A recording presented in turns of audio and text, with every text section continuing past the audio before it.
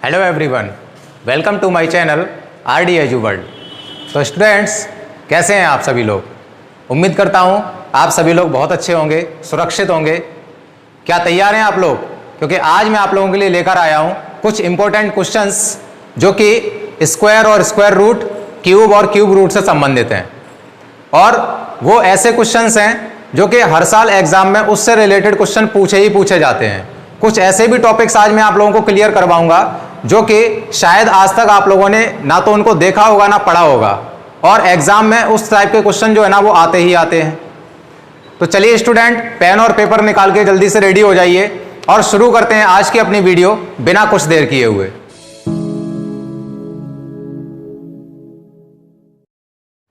तो स्टूडेंट्स, हमारा पहला क्वेश्चन है, एक स्कूल में विद्यार्थियों से 2304 रुपए फीस के लिए गए। यदि प्रत्येक विद्यार्थी ने उतने ही पैसे दिए, ध्यान रखना यहां पे कि ये जो हमें यूनिट दी जा रही है ये रुपीज में दी गई है, मतलब रुपए में दी गई है। और यहां पर जो यूनिट लिखी हुई है ये क्या है? ये पैसे वाली यूनिट है। तो पैसे में और रुपए में अंतर होता है कि नहीं होता? आप लोग बताओ कि पैसे वाली यूनिट बड़ी होती है या रुपए वाली यूनिट बड़ी होती है? रुपए वाली यूनिट बड़ी होती है ना, क्योंकि जैसे हम लोगों ने मेजरमेंट वाले क्वेश्चंस जब पढ़े थे 5th क्लास में या 4th क्लास में, आप लोगों ने पढ़ा होगा, वहां पर यह बताया जाता कि एक रुपए में कितने पैसे होते हैं। तो इसका मतलब यह हुआ कि हम एक रुपए को छोटे छोटे टुकड़ों में बांट सकते हैं, 100 टुकड़ों में बांटा जा सकता है उसको, ठीक है? तो इसलिए कहा जा सकता है कि एक रुपए में 100 पैसे होते हैं। इसका मतलब ये हुआ बेटा कि कहीं ना कहीं ये जो रुपया है ना, रुपए यूनिट जो है ये पैसे वाली यूनिट से बड़ी है ना? पैसे वाली यूनिट से बड़ी है। अब अगर मैं यहां पे ये पूछूं कि अगर एक रुपए में 100 पैसे होते हैं तो एक पैसे में कितने रुपए होंगे? एक पैसे में कितने रुपए होंगे? तो कैसे होगा? ये जो 100 यहां लिखा हुआ है ना इनटू में, ये जो मल्टीप्लाई में लिखा हुआ है, मल्टीप्लाई से हटके इसके डिवाइड में आ जाएगा। तो ये बेटा कितना हो जाएगा? ये 1/100 रुपए, ठीक है? यानी कि 1/100 रुपीज इज इक्वल टू 1 पैसा। क्लियर? तो ऐसे ही यहां पे भी क्वेश्चन में दिया गया है, यहां तो जो यूनिट दी जा रही है ये रुपीज में दी जा रही है, लेकिन यहां पे जो यूनिट दी गई है ये पैसे में दी गई है। अब इसके बाद कह रहा था कि उतने ही पैसे दिए हैं जितने विद्यार्थियों की संख्या थी। तो विद्यार्थियों की संख्या कितनी थी? यानी कि उस क्वेश्चन में हमसे पूछा जा रहा है कि जितनी भी फीस ये दी गई है ना टोटल, ये उतने ही पैसे दिए गए थे जितनी की क्लास में विद्यार्थियों की संख्या थी, जितने के स्टूडेंट थे। तो ये बताओ कि उस क्लास में कितने स्टूडेंट थे टोटल। तो बेटा यहां पे हम लोग क्या करने वाले हैं वो देखिए। जैसे कि अगर ये पैसे में दिया गया है, ये यूनिट अगर पैसे में दी गई है, तो हम क्या करेंगे, ये जो रुपीज में हमको यूनिट दी जा रही है ना, इस रुपीज वाली यूनिट को भी हम पैसे में कन्वर्ट कर लेंगे। किसमें? पैसे में कन्वर्ट कर लेंगे। अगर एक रुपए में 100 पैसे होते हैं तो 2304 रुपए में कितने पैसे हो जाएंगे? 2 जीरो पीछे से और लग जाएंगे इसमें। तो ये बेटा इतना आ जाएगा अपना, ठीक है? ये आ जाएगा 2,30,400 पैसे। 2304 रुपए में 2,30,400 पैसे हो जाएंगे। अब इसमें हमसे पूछा जा रहा था कि विद्यार्थियों की संख्या कितनी होगी, विद्यार्थियों की संख्या कितनी होगी या कितनी थी। तो उतने ही पैसे दिए हैं जितनी विद्यार्थियों की संख्या है। इसका मतलब अगर हम किसी भी क्लास में स्टूडेंट्स की संख्या को x माने, अगर किसी क्लास में स्टूडेंट्स की संख्या को x मान लें, तो हम अगर पैसे दे रहे हैं तो वो भी कितने दे रहे हैं? x पैसे ही दे रहे हैं। क्योंकि क्वेश्चन में क्या कहा गया है? जितने विद्यार्थी थे उतने ही तो पैसे दिए गए हैं। तो अगर विद्यार्थियों को हम x मान लें तो पैसे भी कितने देने पड़ेंगे? x देने पड़ेंगे। तो इसका मतलब कि x का x में इंटू अगर हो जाए तो जो टोटल मनी बनता है, जो टोटल अमाउंट बनता है वो कितना बनता है? 2,30,400 बनता है। क्लियर? इतनी बात समझ में आ गई। अब x और x का हमने कर लिया मल्टीप्लाई, तो ये x² बन गया इक्वल में 2,30,400। यहां से बेटा जब आप स्क्वायर हटाओगे ये, तो यहां लगेगा स्क्वायर रूट का सिंबल। अब इसका मतलब क्या हुआ? यहां पे हम लोग इसका स्क्वायर रूट फाइंड करेंगे। तो इसको देखो हम ऐसे लिख सकते हैं 2304 गुणा 100। ठीक है, हम इसको इस तरह से लिख सकते हैं। अब अगर 100 इस स्क्वायर रूट के अंदर आ रहा है तो इसका मतलब यह हुआ कि 100 का हम यहां पे स्क्वायर रूट निकाल सकते हैं। उसके बाद में बेटा बचेगा यहां पे 2304। अब ये 2304 का स्क्वायर रूट भी कुछ ना कुछ होगा ना। अब उसको कैसे निकालेंगे, तो उसके लिए बेटा हमने आपको शॉर्ट ट्रिक समझाई थी कि शॉर्ट ट्रिक से हम लोग किसी भी 4 डिजिट वाले नंबर का या 4 से ज्यादा डिजिट वाले नंबर का स्क्वायर रूट आराम से निकाल सकते हैं एक सुपर ट्रिक के माध्यम से। तो अभी तक अगर आपने हमारी वो वीडियो नहीं देखी है जिसमें मैंने आपको स्क्वायर और स्क्वायर रूट निकालना सिखाया है सुपर ट्रिक से, तो सबसे पहले आप उस वीडियो को देखिए और वापस फिर इस वीडियो पर आइए, आपको एक एक पॉइंट क्लियर हो जाएगा। ठीक है, फिर भी मैं आपको समझाने का प्रयास करूंगा कि 2304 का जो स्क्वायर रूट है वो सुपर ट्रिक के माध्यम से किस तरह निकाला जा सकता है, वो भी कुछ ही सेकंड में। देखिए यहां लिखा हुआ है जैसे कि 2304, हमने क्या किया, पीछे से ये 04 का एक पेयर कंप्लीट कर लिया। अब ये 4 जो है ना, ये 4 जब यहां पे इसका जो आंसर निकल के आएगा तो या तो उसका यूनिट डिजिट निकलेगा 8 या फिर निकलेगा कितना 2, या तो 8 निकलेगा या फिर कितना निकलेगा 2।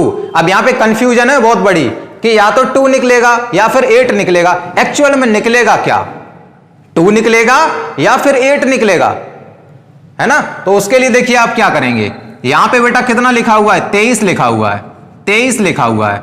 अब ये जो 23 है ना, ये आपको 4 के स्क्वायर के और 5 के स्क्वायर के बीच में मिलेगा। मैंने क्या कहा, ये आपको 4 के स्क्वायर के और 5 के स्क्वायर के बीच में मिलेगा, है ना। यानी 4 का स्क्वायर बेटा कितना होता है, 16 होता है, और 5 का स्क्वायर कितना होता है, 25 होता है। तो हम क्या करेंगे, यहां से सबसे पहले जो छोटी संख्या है 5 और 4 में से, उस छोटी संख्या को पहले यहां पे लिखेंगे, यहां लिखेंगे और यहां पे भी लिखेंगे। अब हमारे पास में बेटा 2 नंबर आ गए, हमारे पास में अब 2 नंबर आ गए, या तो आंसर 42 में आएगा या फिर 48 में आएगा। तो जरा चेक करके देख लो कि यहां पे कहीं 42 जैसा कुछ दिखाई दे रहा है, कुछ भी दिखाई दे रहा हो 42 जैसा, कुछ नहीं दिखाई दे रहा। तो इसका मतलब ये हुआ बेटा कि ये जो 48 है ना, 48 जैसा ही कुछ आंसर होगा। तो 48 जैसा कुछ आंसर ये वाला दिख रहा है हमको, ये वाला दिख रहा है हमको, है ना। लेकिन चलिए फिर भी मैं इसको कंप्लीट करके आपको बता देता हूं ये 48 हमने मान कैसे लिया। देखिए मैंने क्या किया कि 5 और 4 में से छोटी संख्या को लिखा, यहां पे, यहां 4 लिखा, यहां 4 लिखा। अब हमको क्या करना है कि अब ये कंफ्यूजन है कि यहां पे ये बड़ी वाली संख्या आंसर होगी या छोटी वाली संख्या आंसर होगी। तो उसके लिए क्या करना है, मैंने 23 से कहा मूव करने के लिए, 16 के पास जाने के लिए और 25 के पास जाने के लिए। तो अब आप खुद सोच के देखो कि अगर ये 23 मूव करे तो 16 के पास पहले पहुंचेगा या 25 के पास पहले पहुंचेगा। आपका आंसर होगा कि सर ये 25 के पास पहले पहुंचेगा, मतलब ये बड़ी वाली संख्या के पास पहले पहुंचेगा। मैं क्या कह रहा हूं, ये बड़ी वाली संख्या के पास पहले पहुंचेगा।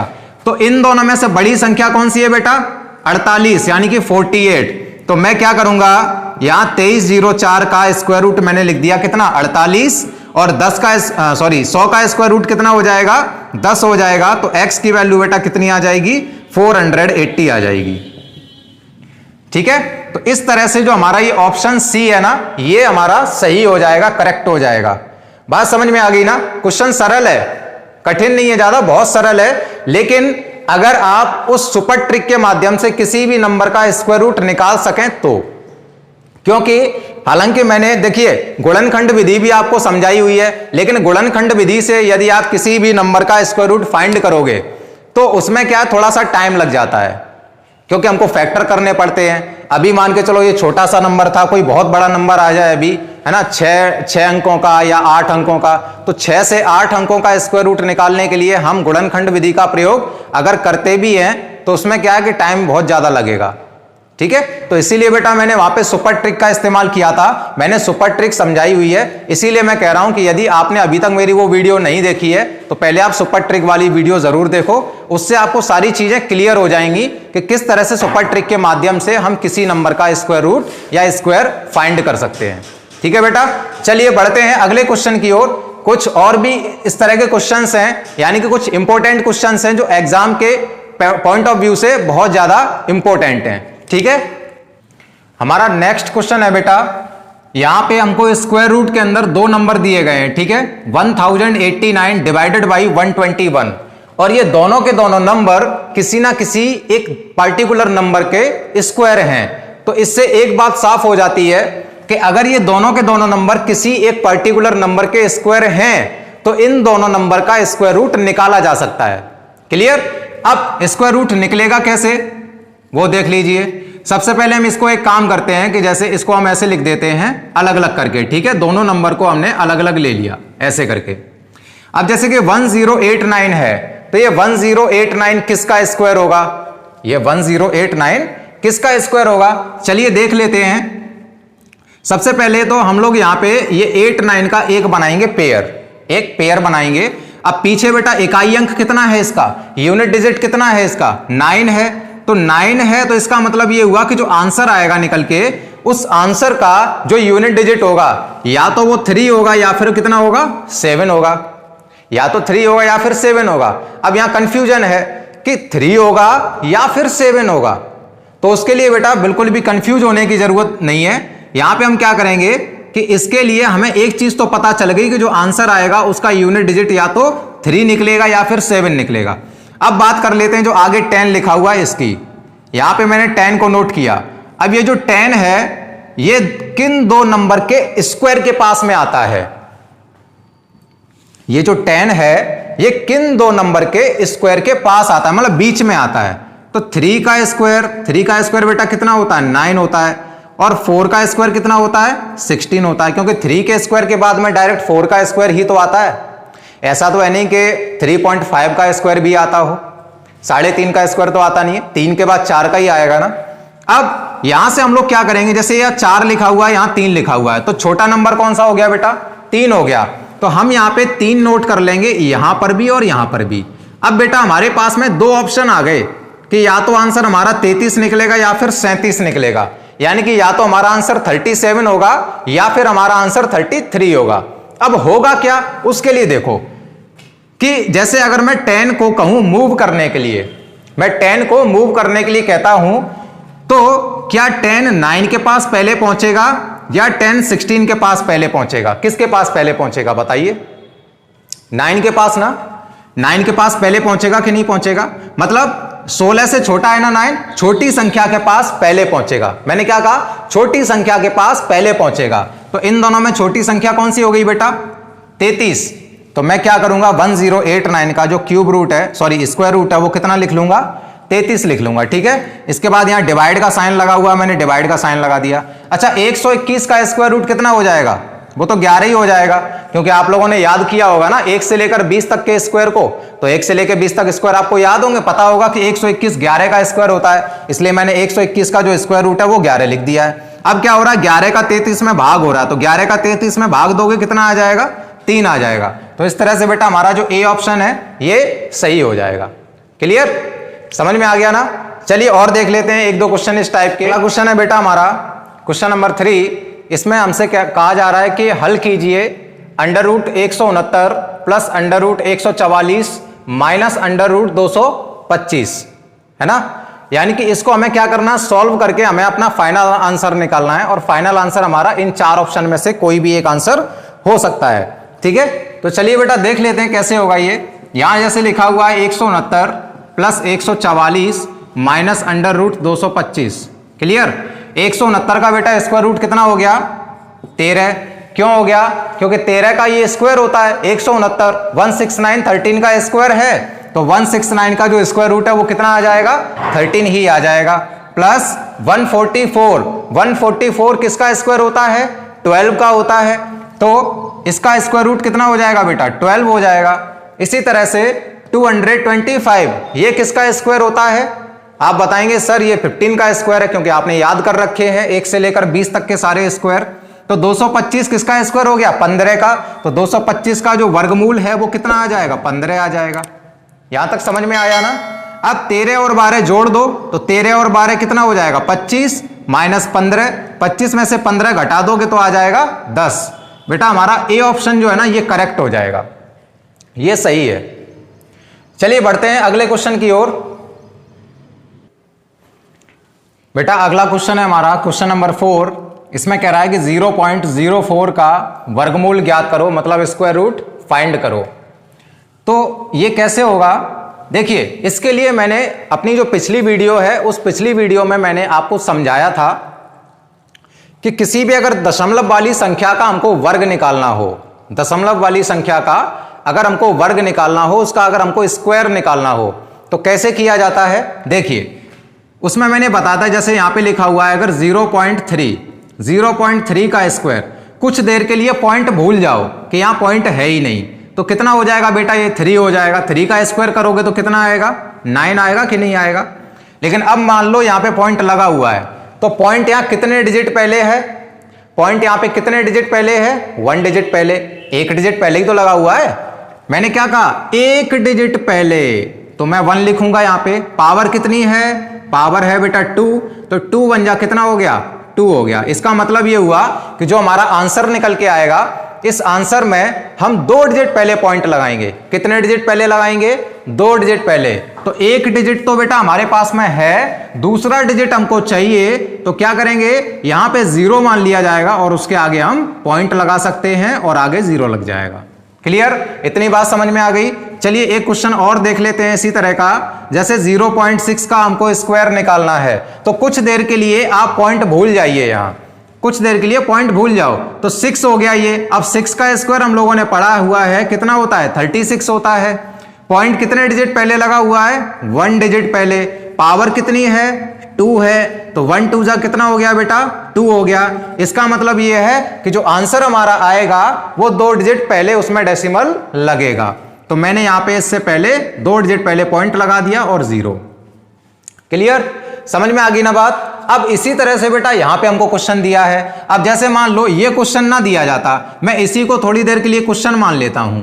ये जैसे 0.09 है, अभी हमने इसको निकाला कैसे? 0.3 का जब स्क्वायर किया था तो 0.09 निकल के आया था, है ना? ये स्क्वायर है, लेकिन अगर हम वहीं पर इसका स्क्वायर रूट निकालें, स्क्वायर रूट निकालें तो स्क्वायर रूट में तक कितना हो जाएगा? स्क्वायर रूट हो जाएगा इसका 0.3। क्यों?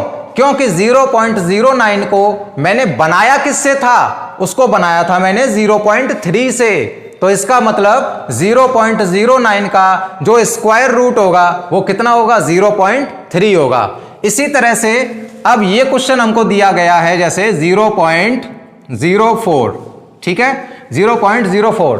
अब इसमें हमको क्या करना है? इसका भी हमको स्क्वायर रूट निकालना है। तो जरा सोच के देखो कि जिस तरह से 0.09 0.3 का स्क्वायर है, तो 0.04 किसका स्क्वायर होना चाहिए? किसका स्क्वायर होना चाहिए? देखो यहां ऑप्शन ढूंढो, किसका स्क्वायर होना चाहिए? क्या डी वाले का? बिल्कुल नहीं। क्या सी वाले का? नहीं। क्या डी वाले, क्या बी वाले का? बिल्कुल नहीं। तो फिर ए वाले का, ठीक है। अच्छा, ए वाले का क्यों? क्योंकि अगर मैं इसका स्क्वायर कर दूं, 0.2 का अगर मैं स्क्वायर करूं और थोड़ी देर के लिए अगर मैं पॉइंट को भूल जाता हूं, तो फिर बचेगा कितना यहां पे? 2। और 2 का जब मैं स्क्वायर करूंगा तो बेटा कितना आएगा? 4 आएगा। अब पॉइंट कितने डिजिट पहले लगा हुआ है? 1 डिजिट पहले। पावर कितनी है? 2 है, तो 1 2 जा कितना हो गया बेटा? 2 हो गया। इसका मतलब ये हुआ कि जो आंसर है यहां पे, इसमें 2 डिजिट पहले पॉइंट लगेगा। तो 1 डिजिट तो हमको दिया ही गया है पहले से, हम क्या करेंगे? दूसरे डिजिट को यहां पे 0 मान लेंगे और उसके आगे पॉइंट आ जाएगा और ये फिर से 0। अब तो आ गई बात समझ में कि नहीं? कि 0.2 का अगर स्क्वायर किया जाएगा तो 0.04 आएगा। अगर 0.04 का हम स्क्वायर रूट निकालें तो वापस से हमको क्या मिलेगा? 0.2 मिलेगा। इस वजह से बेटा हमारा जो ऑप्शन ए है ना, ये 0.2, ये हमारा सही होगा। क्लियर? बात समझ में आ गई? चलिए बढ़ते हैं, कुछ और भी क्वेश्चन देख लेते हैं। नेक्स्ट क्वेश्चन देखते हैं, नेक्स्ट क्वेश्चन की ओर बढ़ते हैं। तो नेक्स्ट क्वेश्चन है बेटा हमारा 4 होल 29/49 का स्क्वायर रूट फाइंड कीजिए, ठीक है। यानी 4 सही 29/49 का वर्गमूल ज्ञात कीजिए। अच्छा ये बताओ, वीडियो अच्छा लग रहा है? क्वेश्चन समझ में आ रहे हैं सारे के नहीं? अच्छा लग रहा है वीडियो तो जल्दी से लाइक करो पहले, ठीक है। वीडियो लाइक करो और ज़्यादा से ज़्यादा शेयर कर दो, चैनल सब्सक्राइब करो। उसके बाद में फिर मैं ये आपको क्वेश्चन, इसका सॉल्यूशन मैं आपको करवाता हूँ, ठीक है। सबसे पहले आप देखिए, मैं आपको एक बात बताऊं यहाँ पे कि जो भी मैं आपको क्वेश्चन यहाँ पे करवा रहा हूँ, इन क्वेश्चन को आप नोट किया करो, इनको नोट्स की फॉर्म में आप उसको बनाया करो, ठीक है, आप उसके नोट्स बनाया करो। और नोट्स बनाते बनाते आप खुद भी इस चीज की प्रैक्टिस किया करो कि हम तो खैर चलो मान के चलो कि आपको हम करवा ही देते हैं सारे क्वेश्चन, लेकिन आप भी तो कम से कम प्रैक्टिस किया करो, क्योंकि जब तक आप प्रैक्टिस नहीं करोगे तब तक आपको सारे क्वेश्चन क्लियर नहीं होंगे, ठीक है। इसलिए आपका भी प्रैक्टिस करना बहुत जरूरी है, इसलिए डेली प्रैक्टिस करो, ज्यादा से ज्यादा प्रैक्टिस करो जितने भी क्वेश्चन मैं आपको करवा रहा हूं उसकी।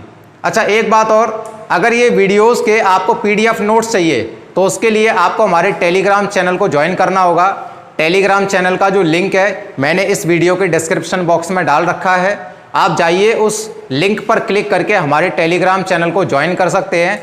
वहां पर आपको सारी वीडियोस के लिंक मिल जाएंगे और वीडियोस से संबंधित जो पीडीएफ नोट्स हैं वो भी आपको वहां पर प्रोवाइड करा दिए जाएंगे, ठीक है बेटा।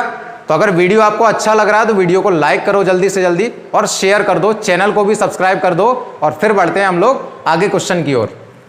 चलिए बेटा देख लेते हैं इस क्वेश्चन का सॉल्यूशन किस तरह से होगा।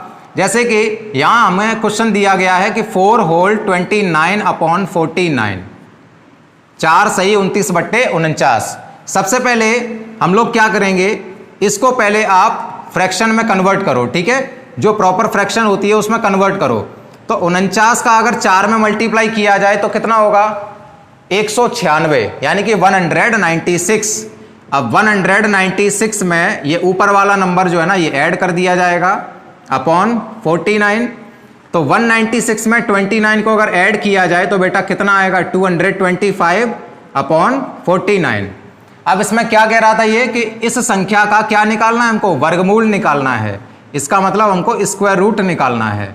तो 225 का स्क्वायर रूट 15 और 49 का स्क्वायर रूट कितना हो जाएगा, 7 हो जाएगा, ठीक है, यानी 7 हो जाएगा।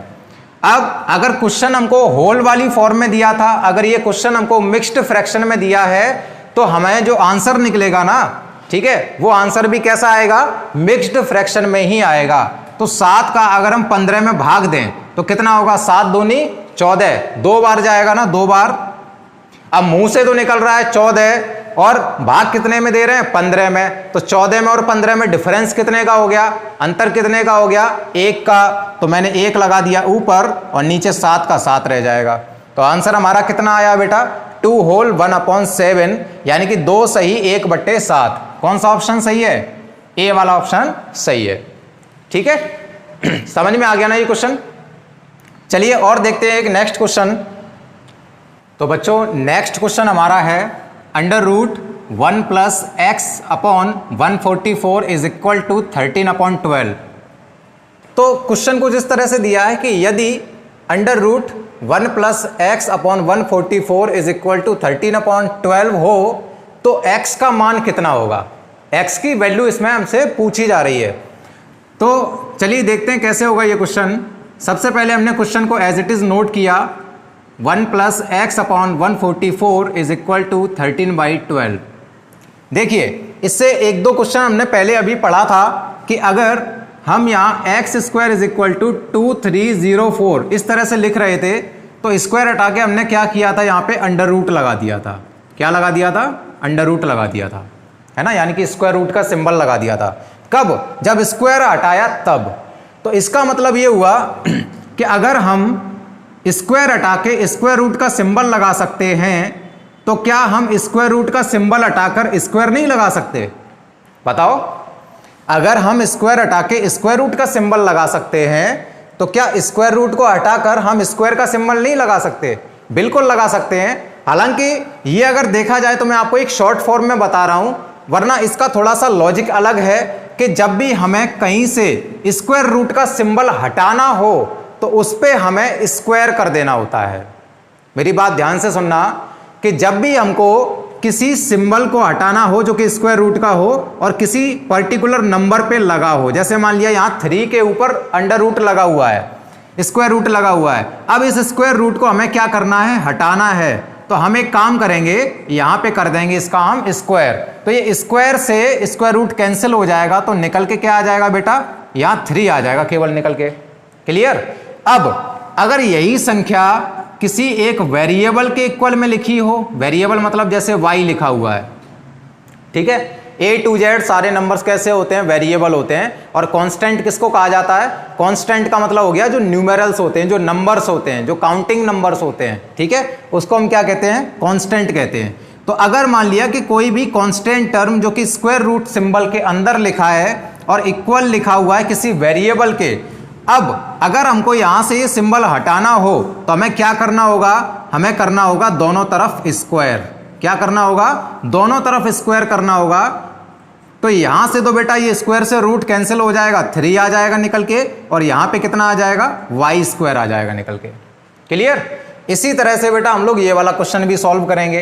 तो कैसे होगा, देखो यहां पे x अपॉन 144 है, कहीं ना कहीं ये वाला जो पार्ट लिखा हुआ है ये एक वेरिएबल पार्ट है, और यहां जो 13 अपॉन 12 लिखा हुआ है ये एक कांस्टेंट वाला पार्ट है।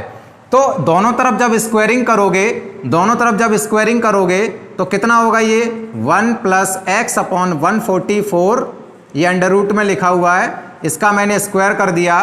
और यहां जैसे कि 13 अपॉन 12 लिखा हुआ है, यहां पे मैंने 13 अपॉन 12 का भी स्क्वायर कर दिया। तो यहां तो बेटा स्क्वायर से रूट कैंसिल हो गया, तो बचा कितना, 1 plus x upon 144 is equal to, यहां पर क्या होगा, यहां पर इन दोनों नंबर्स के स्क्वायर हो जाएंगे। 13 का स्क्वायर हो जाएगा 169 और 12 का स्क्वायर हो गया बेटा 144। क्लियर। अब देखो ये एक कांस्टेंट टर्म हो गया, एक कांस्टेंट ये वाला लिखा हुआ है 1, इसको कांस्टेंट मत मान लेना क्योंकि यहां पर x आ गया, मतलब ये वेरिएबल आ गया है, तो इसलिए इसको हम वेरिएबल टर्म मानेंगे। कांस्टेंट टर्म कौन कौन से हैं, एक तो टर्म ये वाला और एक ये 1, तो हम 1 को ट्रांसपोज करके इधर भेजते हैं। अब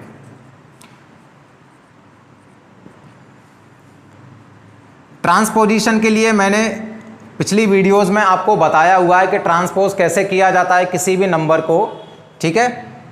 तो 1 को जब इधर हम लेके जाएंगे तो इधर ले जाने के बाद बेटा ये 1 अभी यहाँ पे प्लस का है, इक्वल के इस तरफ, ये इक्वल का साइन है बीच में, तो इक्वल के इस तरफ यानी कि LHS वाली पोर्शन में ये 1 जो है ना ये पॉजिटिव है। जब इसको LHS से हटा के हम RHS में लेके जाएंगे तो 1 कैसा हो जाएगा बेटा, माइनस का हो जाएगा। यानी प्लस वाली चीज जब ट्रांसपोज करके दूसरी तरफ लेके जाते हैं तो वो नेगेटिव हो जाती है, यानी कि माइनस की हो जाती है। क्लियर। अब देखिए, अब यहां से हम लोग क्या करेंगे,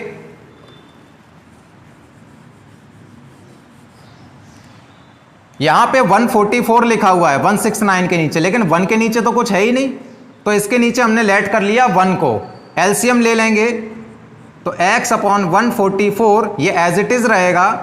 यहां पे मैंने क्या किया, 144 का और 1 का एलसीएम लिया तो 144 ही हो गया। ये हो जाएगा बेटा आपका 169 और माइनस 144, 144 से 144 मैंने कैंसिल किया, ये बचा x, और यहां पे जब माइनस कर दोगे आप तो x की वैल्यू आ जाएगी 25। तो हमारा जो ये डी ऑप्शन है ये सही हो जाएगा, ये करेक्ट हो जाएगा। ठीक है बेटा।